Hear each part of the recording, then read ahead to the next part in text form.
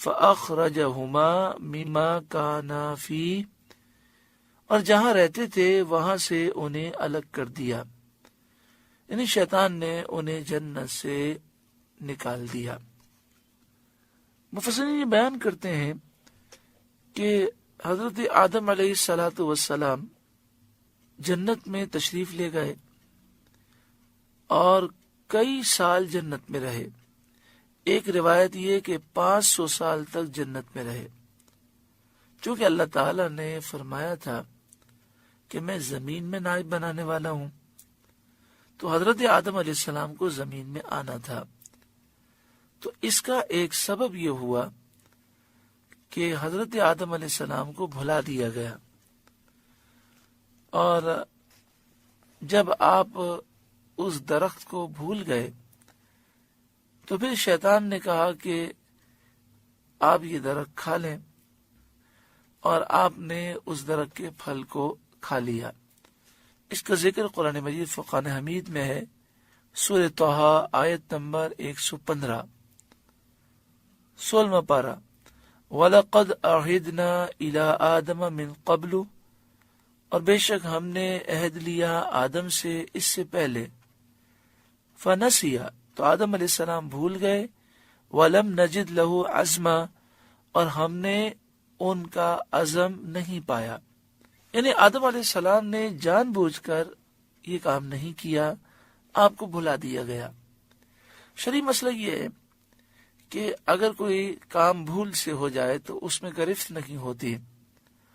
جیسے کسی نے روزہ رکھا ہے اور وہ روزہ بھول گیا اور کھا پی لیا، تو حدیث پاک کے مطابق یہ ہے کہ اللہ نے اسے کھلایا، اللہ نے پلایا، روزے میں کوئی فرق واقع نہیں ہوتا۔ لیکن اللہ والوں کے امتحانات سخت ہوتے ہیں، تو آپ کو منع کیا گیا اور پھر آپ کو بھلا دیا گیا، اور آپ اس درخت کے قریب گئے اور آپ نے وہ پھل کھا لیا۔ پھر آپ پہ یہ بات ظاہر ہوئی کہ یہی درخت تھا جس سے منع کیا گیا تھا، اور پھر آپ جنت سے دنیا میں آ گئے۔ اللہ تعالی نے آپ کی پیدائش سے پہلے ہی فرمایا تھا کہ میں زمین میں نائب بنانے والا ہوں، تو آپ کو دنیا میں تو آنا تھا۔ یہ ایک ظاہری سبب ہو گیا جس میں آپ کا قصور نہیں تھا، آپ کی غلطی نہیں تھی، آپ کا کوئی گناہ نہیں تھا، مگر اللہ والوں کی شان بڑی بلند و بالا ہے۔ آپ روتے رہے اور کئی 100 سال تک روتے رہے۔ اللہ والوں کی شان عظیم ہے۔ حضرت سفیان ثوری رحمت اللہ تعالی علیہ مسجد میں داخل ہوئے، سیدھا پاؤں رکھنے کے بجائے الٹا پاؤں رکھ دیا، تو غیب سے ندا ہوئی، اے ثوری، اے میرے بیل، ہمارے گھر میں آنے کا سلیقہ بھی نہیں ہے۔ تو حضرت سفیان ثوری سمجھ گئے کہ مجھے قرب الہی کی منزل ملی ہے، اور یہ مجھ پر خاص کرم ہے۔ جب کرم ہوتا ہے تو ان کے امتحانات بھی زیادہ ہوتے ہیں۔ تو آپ اتنے خوش ہوئے کہ آپ کہتے تھے کہ میرے نام کے آگے ثوری لگایا جائے، جس کے معنی ہے میرا بیل، تاکہ انہیں وہ ندا یاد آئے۔ حالانکہ دیکھیں، مسجد میں سیدھا قدم داخل ہوتے وقت رکھنا یہ کوئی فرض واجب نہیں ہے، اور حضرت سفیان ثوری رحمت اللہ تعالی علیہ بھول گئے تھے، اور بھول پر تو ویسے بھی گرفت نہیں ہوتی، لیکن اللہ والوں کے معاملات جدا ہوتے ہیں۔ تو حضرت آدم علیہ السلام کا یہ معاملہ ہوا، اس میں آپ پھر کئی 100 برس تک روتے رہے۔